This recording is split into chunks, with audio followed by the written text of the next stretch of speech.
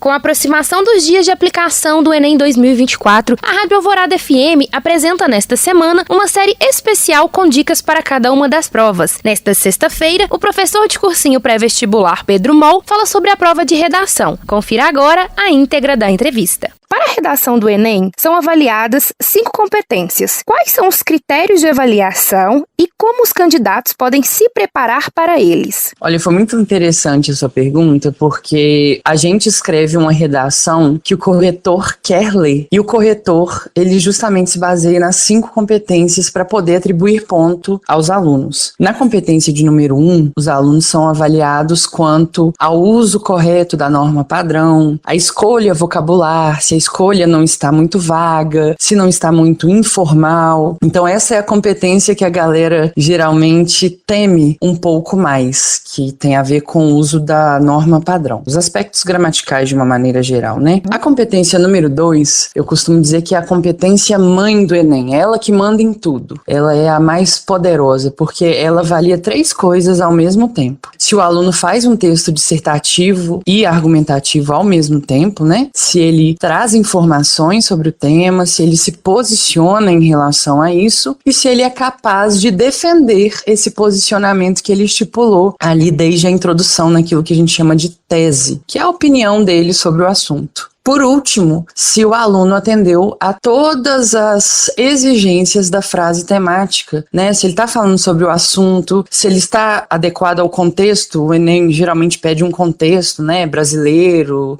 contemporaneidade, no caso do ano passado, sobre as mulheres, né? Às vezes em relação a um público específico, e os recortes, né? Que são aqueles argumentos principais que o Enem quer que você analise. Por exemplo, no ano passado teve desafios e invisibilidade, então o aluno tem que abordar isso como prioridade. Na competência 3, o aluno está sendo avaliado quanto ao projeto de texto e à autoria. Em outras palavras, se o aluno consegue mostrar que o texto dele é extremamente organizado, ou seja, planejado previamente a escrita. E é muito interessante porque a gente bate o olho quando está corrigindo a redação e percebe se o aluno planejou ou não o texto, porque quando o aluno planeja, ele traz um ar de consciência de escrita muito interessante para o texto. E aí, ele não promete coisas que ele não vai cumprir, não fala demais, ele não fala de menos, entendeu? Então, a competência 3 avalia isso e a qualidade da sua argumentação. Ou seja, se eu, como corretor, lendo o seu texto,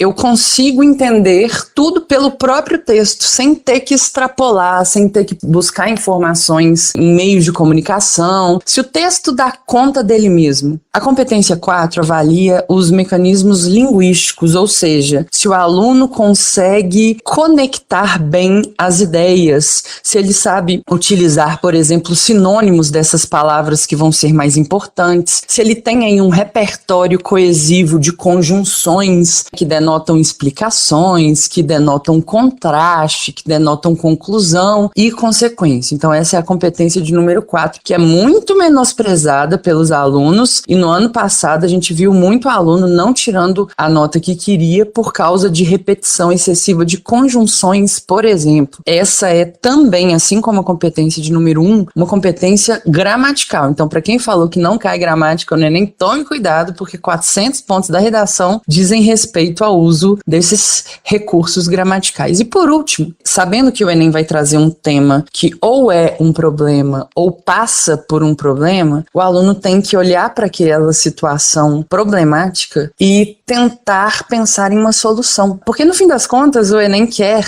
que o aluno seja capaz de, diante de adversidades, como um cidadão intervir de maneira positiva nessas adversidades, né? É isso que se espera de um universitário, no fim das contas. Então essas são as 5 competências. Conta pra gente, professor Pedro, quais são os temas mais cotados para a redação neste ano? Olha, eu tenho muito pé atrás na hora de fazer esse tipo de previsão. Vou explicar por quê. Em se tratando tratando de Brasil, um país tão complexo, tão grande, com tantas culturas, com tantos Brasis nesse Brasil, é muito difícil de a gente prever um tema. Inclusive, eu sempre brinco com os meninos, olha, não vou arriscar colocar o meu na reta, não, porque vai que chega lá e não é isso que a gente conversou aqui em sala de aula, para não gerar frustração, para não gerar ansiedade no menino. Agora, se a gente for observar o Enem nos últimos anos, a gente percebe que as minorias são quase sempre trabalhadas, né? São geralmente temas que envolvem parcelas vulneráveis, né? Parcelas da população que são atingidas por um problema de ordem geralmente social. Então, por exemplo, o Enem ainda não cobrou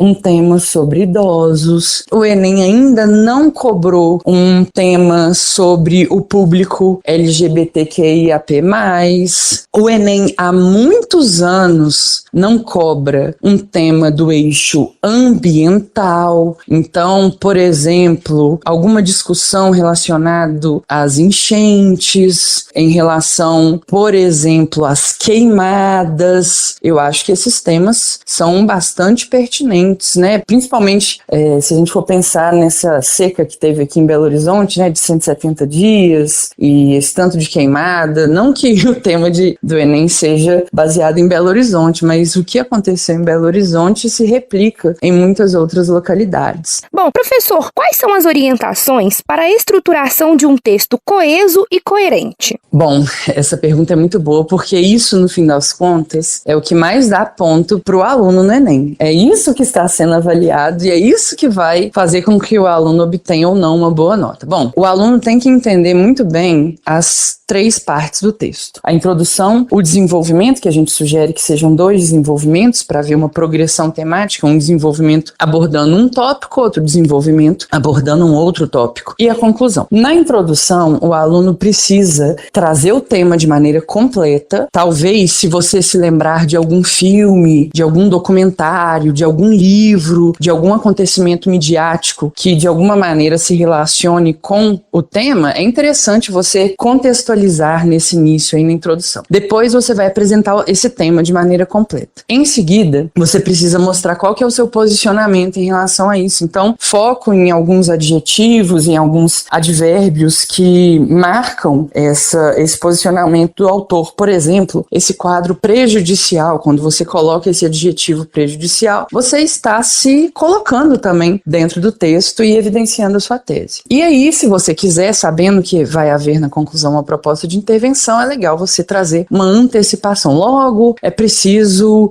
superar essa adversidade, alguma coisa nesse sentido. Desenvolvimento, o aluno precisa entender que ele tem diante do tema uma estrela. O que é essa estrela? É a ideia central do parágrafo, é o argumento que vai dominar a sua discussão no parágrafo. E aí, eu sempre falo para os alunos, gente, o corretor não vai acreditar em você se você não trouxer uma fundamentação para o seu argumento. Essa fundamentação é o tal do repertório sociocultural. Se você consegue trazer áreas do conhecimento, áreas científicas, áreas da cultura, áreas da arte, para poder mostrar que o seu argumento está embasado, você não tirou da sua cabeça. E aí você precisa fazer uma relação muito clara, específica, detalhada desse argumento com o seu tema. Eu sempre falo com o aluno que o melhor amigo dele para a boa argumentação é o exemplo. E aí, exemplos que saíram nos meios de comunicação, exemplos históricos, até exemplos internacionais óbvios, se ele trouxer essa realidade em comparação com o Brasil. Na conclusão,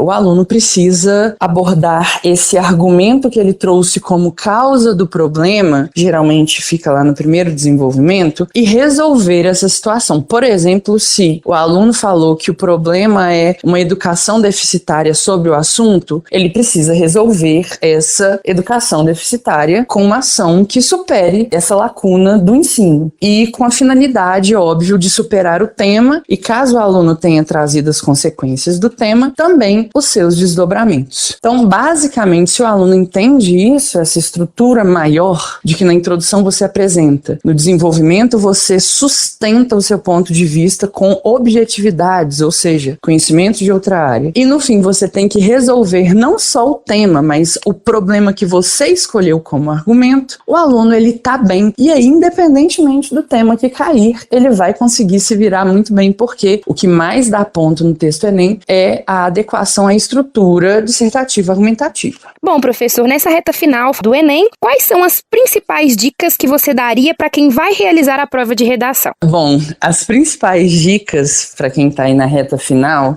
giram em torno, claro, de bem-estar emocional. Primeira coisa, com certeza, é muito comum que nessa reta final os alunos cheguem com a sensação de que não estudaram o suficiente, de que houve matérias que eles não viram, de que eles não escreveram sobre todos os temas possíveis, e isso é super normal. O que não dá é para o aluno ficar, de alguma maneira, em uma situação de insegurança, de desconforto. Ele precisa dar um jeito de realizar atividades que, com certeza, tragam prazer, tragam conforto, né? Uma prática esportiva, vai ver uma série, assistir a um filme, que inclusive isso pode virar repertório sociocultural para redação. Então essa é a primeira dica, que não é só para redação, é geral. Agora eu preciso que o aluno esteja bem consigo mesmo, porque não adianta dominar o conteúdo e estar em uma situação de desconforto emocional. Agora, mais especificamente para a redação, é sempre interessante que o aluno reveja as redações que fez durante o ano em relação aos eixos temáticos. Por exemplo, se cair um tema que envolva tecnologia, quais argumentos eu posso utilizar? Quais repertórios eu posso utilizar? E se for sobre o eixo ambiental, quais são os argumentos predominantes?